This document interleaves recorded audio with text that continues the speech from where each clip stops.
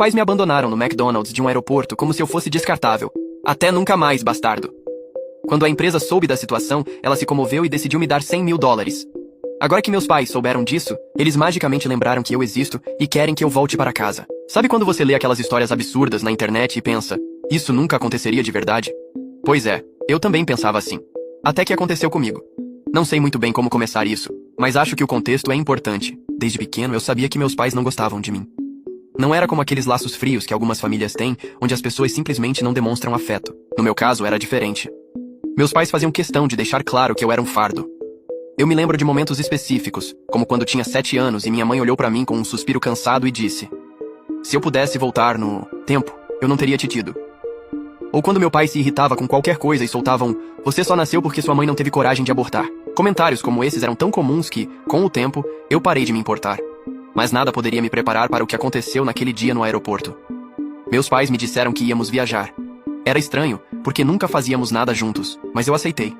Fiz as malas com pressa, animado com a possibilidade de, talvez, pela primeira vez, ter uma experiência de família normal.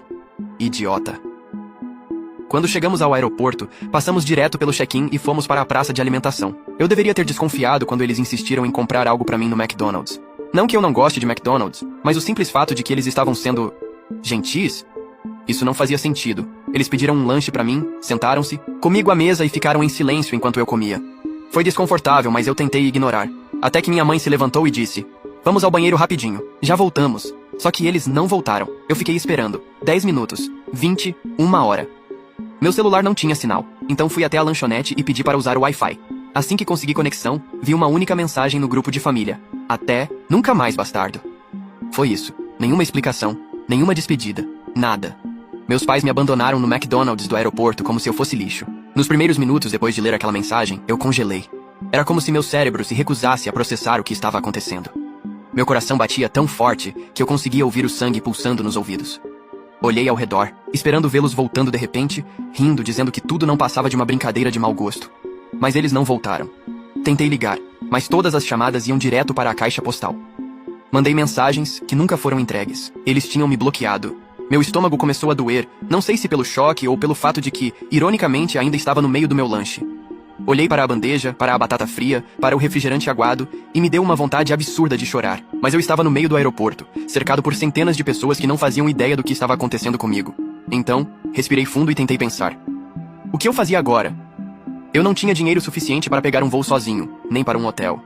Meu celular estava com pouca bateria e sem plano de dados. Eu estava literalmente preso ali. Foi quando um funcionário do McDonald's se aproximou. Era um cara de uns 30 e poucos anos, de avental amarelo e olhar preocupado. Ei, você está bem? Abri a boca para responder, mas minha garganta parecia travada. Ele olhou para minha bandeja e depois para mim, claramente percebendo que algo estava errado. Você está esperando alguém? Ele perguntou. E foi aí que eu desabei. A história saiu meio atropelada, com soluços no meio, mas ele ouviu tudo sem interromper. No fim, ele me deu um tapinha no ombro e disse que ia chamar o gerente. Alguns minutos depois, fui levado para um escritório nos fundos do restaurante. O gerente, um homem baixinho e careca, me ofereceu um copo d'água e um lugar para sentar. Você tem algum parente ou amigo que possamos contatar? A resposta era não. Não tinha avós vivos, nem tios ou primos com quem tivesse contato. Meus pais sempre me isolaram da família. Então vamos fazer o seguinte, ele disse. Vou ligar para a polícia e ver como podemos te ajudar, certo? A ideia de envolver a polícia me assustava, mas não havia outra opção. Enquanto ele fazia as ligações, outro funcionário apareceu e me entregou mais um lanche. Talvez tenha sido a fome ou o alívio de saber que pelo menos alguém estava tentando me ajudar. Mas aquilo foi a melhor coisa que eu já comi na vida. O que eu não sabia era que naquele momento, minha história estava prestes a se tornar muito maior do que eu poderia imaginar. Parte 2. Os policiais chegaram logo depois, com uma calma que me fez pensar que, talvez, já tivessem lidado com situações assim antes. Eles perguntaram o que havia acontecido, anotações rápidas, e depois disseram que iam me levar para um abrigo, já que eu não tinha para onde ir. O abrigo não era exatamente o tipo de lugar que eu imaginava quando pensava em abrigo. Era um prédio simples, com uma recepção que mais parecia uma sala de espera de consultório. As paredes eram de um tom de cinza que dava uma sensação de desolação. Mas o pessoal lá era educado e tentou fazer o ambiente o mais confortável possível. Eu não conseguia pensar muito em nada além de um vazio absoluto. A ideia de que meus pais, as pessoas que deveriam me cuidar e amar, me haviam abandonado com uma crueldade tão grande, ainda me doía de uma forma que era difícil de expressar. Nos primeiros dias no abrigo, fiquei em silêncio. Não falava muito, com as outras crianças nem com os adultos que estavam lá. Eu só queria entender o que estava acontecendo. Não tinha respostas. Então, uma semana depois, algo inesperado aconteceu. Eu estava sentado na área comum do abrigo, tentando assistir a um programa de TV que não fazia a menor diferença pra mim. Quando a porta da entrada se abriu, vi o gerente do McDonald's de onde tudo começou a entrar. Ele me viu e veio direto até a mesa onde eu estava. Ei, você está bem? Ele perguntou com aquele tom de voz amigável que eu já conhecia. Eu fiquei em choque, não conseguia entender o motivo da visita dele. Mas ele continuou sem esperar uma resposta direta. A empresa ficou muito comovida com o que aconteceu com você. Eles querem te ajudar. Eu franzi a testa. Ajudar? Repeti, ainda tentando entender. Ele assentiu e então me entregou uma carta. Era uma carta com o logotipo do McDonald's e uma assinatura de alguém do departamento de gestão corporativa. A carta dizia que, devido à situação terrível que eu havia vivido, a empresa queria oferecer um prêmio como reconhecimento pela força que eu tinha demonstrado. O prêmio? $100.000. Eu fiquei em completo silêncio, sentindo meu coração disparar. Aquilo não podia ser real. Uma empresa que simplesmente havia se comovido com minha situação e agora queria me dar uma quantia tão absurda de dinheiro era surreal. Eu olhei para o gerente tentando encontrar alguma explicação, mas ele apenas sorriu. A empresa acredita que você merece uma chance de recomeçar. Eles querem que você use esse dinheiro da melhor forma possível. Eu mal conseguia processar o que estava acontecendo. Todo o peso da situação, o abandono, a dor, parecia que de alguma forma estava sendo recompensado. Mas não fazia sentido. Como é que uma empresa que nunca me conheceu, que não sabia nada sobre minha vida, poderia sentir tanto por mim? Eu não sei o que dizer. Minha voz saiu abafada. Ele deu um sorriso simpático. Não precisa dizer nada. Apenas saiba que de alguma forma eles estão aqui para você. E foi aí que eu percebi. Eu não estava mais sozinho. Depois da premiação, começaram os trâmites legais.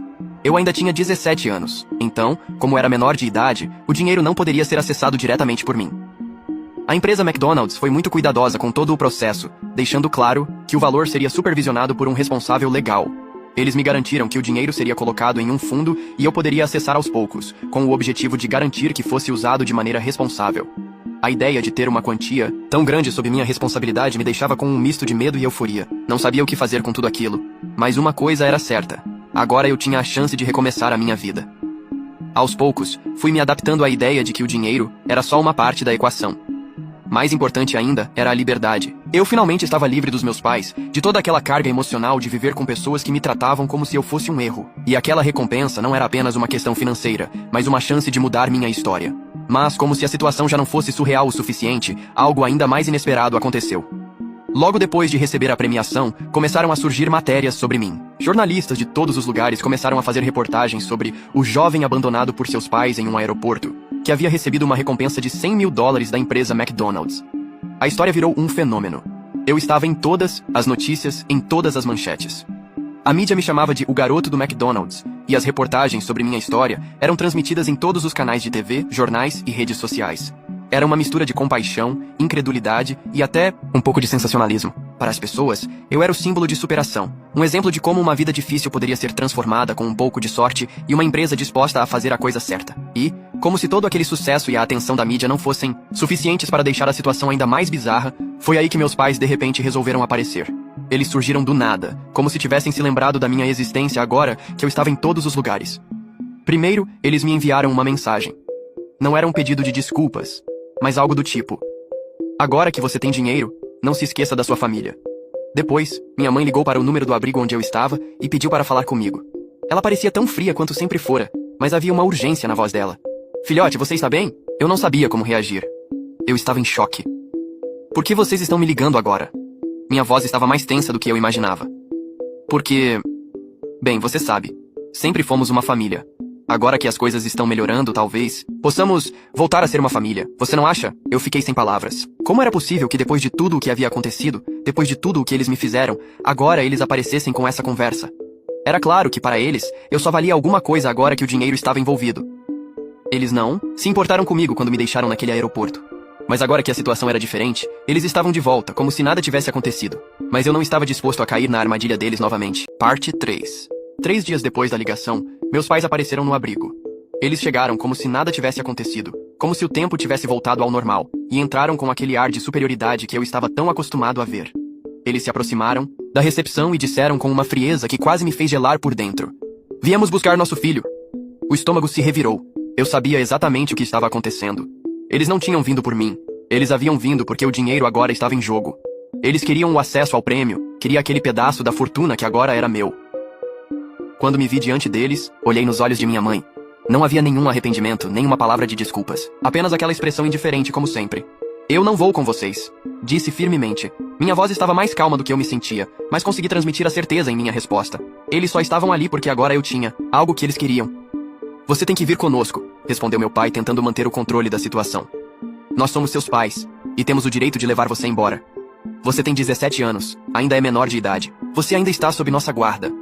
Aquilo me irritou profundamente. Eles estavam usando minha idade como uma desculpa para tomar as rédeas da minha vida de novo. Mas eu sabia que, se fosse seguir essa lógica, eles não haviam demonstrado qualquer tipo de cuidado ou respeito por mim até aquele momento. Eu não vou, repeti. A tensão no ar era palpável, e pela primeira vez percebi que não estava mais sozinho. As funcionárias do abrigo, que haviam acompanhado toda a situação de longe, começaram a se aproximar observando tudo. A secretaria, uma mulher alta e de aparência séria, pegou o telefone e fez a ligação que eu temia. Ela chamou a polícia. Se vocês não saírem agora, vou chamar a polícia. Ela disse com firmeza, sem dar espaço para discussões. Meu pai tentou argumentar, mas a mulher não cedeu. O que aconteceu a seguir foi um jogo de espera até que a polícia chegasse. Eu sabia que não podiam me forçar a ir embora com eles, mas a situação ainda me deixava nervoso. Quando os policiais chegaram, minha respiração aliviou. Eles ouviram, rapidamente, as versões de ambos os lados e, por fim, determinaram que meus pais não tinham o direito de me levar. Afinal, o que eles alegavam ser uma autoridade parental havia sido abandonado por tanto tempo que não tinha legitimidade para fazer exigências. Este jovem tem o direito de escolher com quem quer ficar. O policial explicou calmamente. E, neste caso, ele já está sob a custódia de um abrigo. Meus pais não gostaram nem um pouco de ouvir aquilo, mas não puderam fazer nada. O que mais me impressionou foi o olhar de derrota nos olhos deles, como se não estivessem preparados. Para uma resistência tão simples, como se estivessem esperando que eu simplesmente o seguisse, como sempre fazia. Mas agora eu sabia que minha vida estava em minhas mãos, e eu não estava mais disposto a ser tratado como se fosse descartável. A polícia fez com que meus pais se retirassem, e minha presença foi respeitada. Eles saíram do abrigo sem mais palavras, e não voltei a vê-los por um bom tempo. O alívio foi imediato. Eu finalmente havia conseguido manter minha independência. Depois de toda aquela bagunça com meus pais e as notícias bombásticas, uma coisa ficou clara. Eu estava livre. E foi só com o tempo que eu percebi o quanto isso era importante. Durante todos aqueles anos, minha vida havia sido manipulada por eles. Eu sempre fui tratado como um fardo, como alguém que estava lá apenas para atender às necessidades e vontades deles, sem nunca ser valorizado por quem eu realmente era. Eles nunca gostaram de mim, nunca se importaram com o que eu sentia ou com o que eu queria. E embora eu não tenha percebido isso antes, o distanciamento deles foi, na verdade, a melhor coisa que poderia ter acontecido. Não era uma questão de estar sozinho, mas de finalmente poder viver sem a constante manipulação emocional que havia marcado minha infância e adolescência. Com a chegada dos 18 anos, a sensação de independência ficou ainda mais forte. Não era mais o garoto perdido e abandonado que estava tentando entender o que fazer com sua vida. Eu havia encontrado meu caminho. Decidi usar parte dos $100 mil para começar uma nova fase da minha vida. A primeira coisa que fiz foi comprar uma casa. Uma casa pequena, mas que era minha, totalmente minha. Era um lugar onde eu podia finalmente ser quem eu queria ser, sem a pressão de agradar ninguém. Era o meu lar, o meu refúgio. As paredes da casa, ainda em branco, eram um símbolo de recomeço. Eu podia pintar e decorar do jeito que quisesse, sem ninguém me dizendo o que fazer ou me julgando.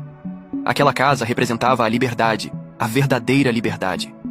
Com o restante do dinheiro, comecei a investir em cursos e em meu futuro. Sempre. Soube que a educação era uma chave para me manter no caminho certo. Então me inscrevi em alguns cursos online e comecei a desenvolver minhas habilidades. Aos poucos, fui criando uma vida para mim, sem os velhos fantasmas do passado. Eu nunca mais olhei para trás. Não que eu tivesse rancor, mas simplesmente não valia a pena. Eu havia superado aquilo, e nada mais importava. Aquela experiência me fez crescer, me fez entender o que realmente importa. O dinheiro, a fama momentânea, eram apenas detalhes. O que me importava, o que me fez ser quem sou agora, foi o fato de ter encontrado a força dentro de mim para recomeçar. E assim, com 18 anos e uma vida nova pela frente, eu segui meu caminho. Afinal, estava livre para ser quem eu sempre quis ser, e agora, com minha própria casa e meu futuro em minhas mãos, sabia que a única pessoa que precisava agradar era eu mesmo. O mundo estava diante de mim, e agora, eu era o único responsável por minha felicidade.